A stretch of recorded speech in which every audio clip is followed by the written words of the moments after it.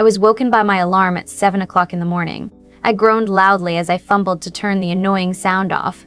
Since I was not quite familiarized with the furniture setup in this room just yet, at last, I had to give up and get out of bed. The alarm was balanced on an unpacked box near the outlet, not within reach of my searching hand. I groaned again. First day of school, first day in the new house. How could I forget? Although my very pleasant dreams about sunny white beaches and the small house my mom and I had lived in might have had something to do with that. It had been 3 years now since I had had to move in with my father, the man I'd never seen before until then. My mind shied away from the reason I had to live with my father. Getting out of bed, I hurriedly dressed in jeans and a black top, adding my mom's silver hanger on top. It was an angel's wing, designed so beautifully that you could see every feather to the very smallest detail. It was one of the few things of her I had left. Almost everything else she'd owned had been sold. My father hadn't cared one bit about any of it. At 15, at the time I had been too unsure of myself and mostly to overcome with grief to do anything about it. Downstairs, I hurriedly made breakfast in the huge fancy kitchen. It was empty and cold. The nanny would be here soon to prepare breakfast for my little brother and to drive him to school after that. After all, one couldn't expect my flashing new young stepmom to take care of him. She had way better things to do, like doing her nails, shopping, and most importantly, screwing around. I didn't get how their relationship worked.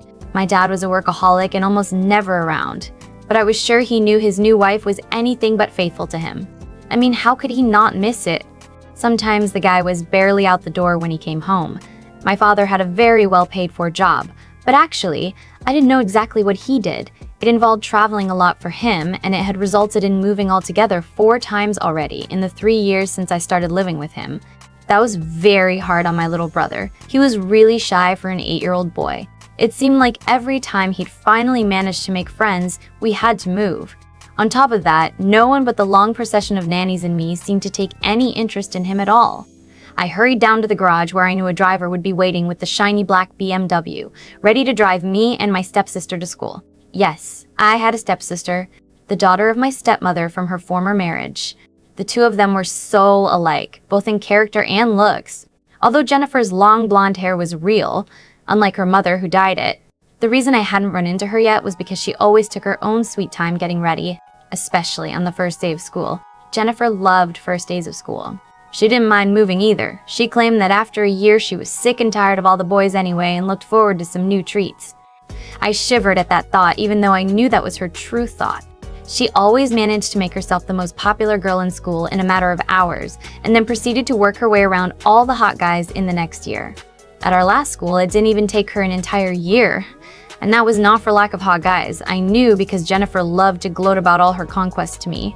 So after our first day, I was always forced to ride with Jennifer, something she hated almost as much as I did. If I had gotten on her bad side, which was often, it meant I had to walk or catch the bus. It was getting late and I fidgeted in the leather seat. I sat in the back because I knew Jennifer would give a fit if she didn't get shotgun. That had happened last year and we'd nearly been late because of it. "Don't worry, miss, we'll be right on time," said the driver suddenly. He was new, that's why he didn't know my name. I blushed when I realized I hadn't even looked at him or said hello when I got into the car. Looking up, I met a pair of arresting blue eyes and a slightly tanned face.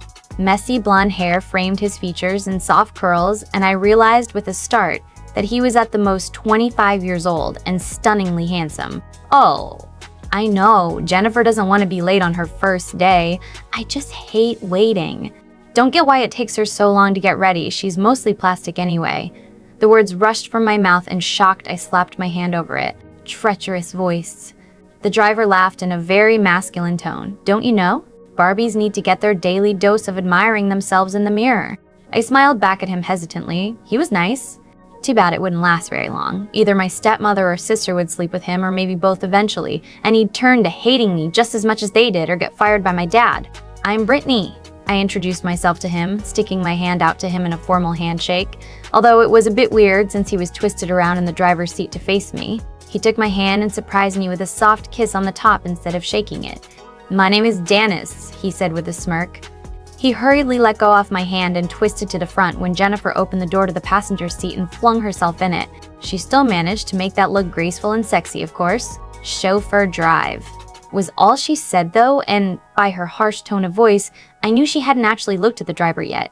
Dennis raised his hand to his head in mock salute, even though it looked rather real with the gray cap on his soft blonde curls and the gray uniform.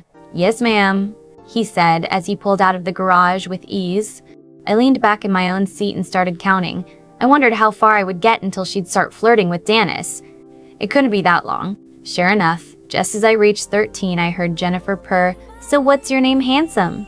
I suppressed a groan, but still I saw Dennis's eyes dart to mine in the rearview mirror. He didn't look pleased at all. It's Dennis William, ma'am," he said politely.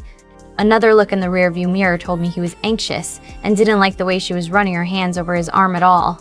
The look was almost pleading, as if he hoped I would get him out of that mess. Well, that was new. As soon as Jennifer pulled out her seduction skills, everyone always fell for her, sooner or later, and usually sooner. I shrugged at him, indicating that I was used to this, but I still said, "Hey Jennifer, you looking forward to school? Think there will be lots of hot guys?" I was sure that was the only topic that would get her mind off seducing poor Dennis. It worked because she chirped happily, "Oh yeah, can't wait to see." I tuned out the rest of what she was saying, having already heard it a few times in the past few days. I smirked at Dennis, mouthing, "You owe me." He nodded though, obviously relieved. When we reached the school, I looked the building over carefully. It was red brick and sprawled out wide, trees scattered around it. In golden letters above the entrance it said, "West Town High." Behind the school building I could see a large forest spreading out. The parking lot was filled with people milling about, admiring cars, chatting about their holidays after the summer break, in general, catching up with friends. Dennis drove the expensive BMW all the way up to the entrance and with a look at Jennifer, hurriedly got out to run around the car and open her door.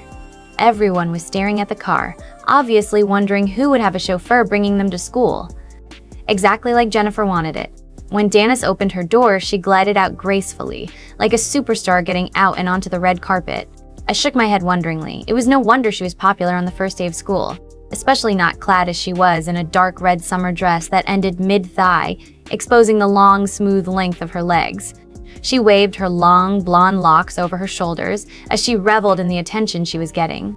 In a rush, everyone that mattered was surrounding her. The guys offering to carry her bags and show her around, asking for her name and her number. Girls giving her fake hugs of welcome and air kisses as they offered her their own names and all the latest gossip. The crowd was already moving away with Jennifer from the car. She always did that to make sure no one would notice my arrival. She didn't do well sharing attention. I was startled when Dennis popped his head in through my door. "You getting out, hun?" he asked with a warm smile. His blue eyes sparkled in amusement. I nodded. "Yeah, just giving the queen some time to get all their attention. Don't need them to notice me." He cocked his head to the side in question as he helped me get out of the car. "Why?" He looked really adorable when he did that. "Don't really like attention," I muttered at him as I straightened. Nobody was looking at us now. Everyone was focused on Jennifer, except maybe that geeky girl on that bench and those gothic-looking girls a little further down next to a car. "Thanks for diverting her attention earlier, by the way," Dennis said as he made his way around back to the driver's side. I shrugged. "No problem. How about I take you out on a date to make up for it?" he said with a grin. I drew in a sharp breath in surprise and then glared at him. "You're joking, right?" He couldn't seriously be asking me out if he could get Jennifer, and she was obviously interested in him. "Not really," he said with a smile. "You okay with a Friday? I'll pick you up." He winked at the last part, obviously finding that funny since he was the chauffeur. I swallowed. Wow, he really wasn't joking. "No, I'm sorry, but I don't think I'll be free this Friday." In fact, I don't have an appointment this Friday, it's just that I don't think he's my type. I rejected him then as I waved goodbye. I had to hurry to get my schedule now. "See you after school then, Brittany," he called after me as I hurried inside. The doors closed behind me with an ominous thud, and I knew today was going to be very long. It wouldn't be long before people realized I was new too, and a sister of Jennifer. Then they'd all try to get to know me and ask all about her. For some reason, they always thought that being nice to me would get them closer to her somehow. That only lasted a day or two at the most. Usually after that, they'd realize how much Jennifer hated me and try to get into her good books by being mean to me too. I wasn't sure which behavior I hated most, to be honest. When Jennifer found out I had a date with the hot driver and she hadn't, she'd be really pissed. That usually resulted into her making up something I'd done so that my dad would ground me for her.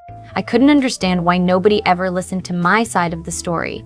Ever. After having collected my schedule and locker combination, I hurried off in that direction. Jennifer had been there as well, followed by a group of people as they all threw themselves at her in an effort to help and impress her. I dumped my bag in my locker and took the schedule and my books for my first period class with me as I searched for the right classroom. The building was large and sprawled out, and I just knew I'd get lost here the first few weeks.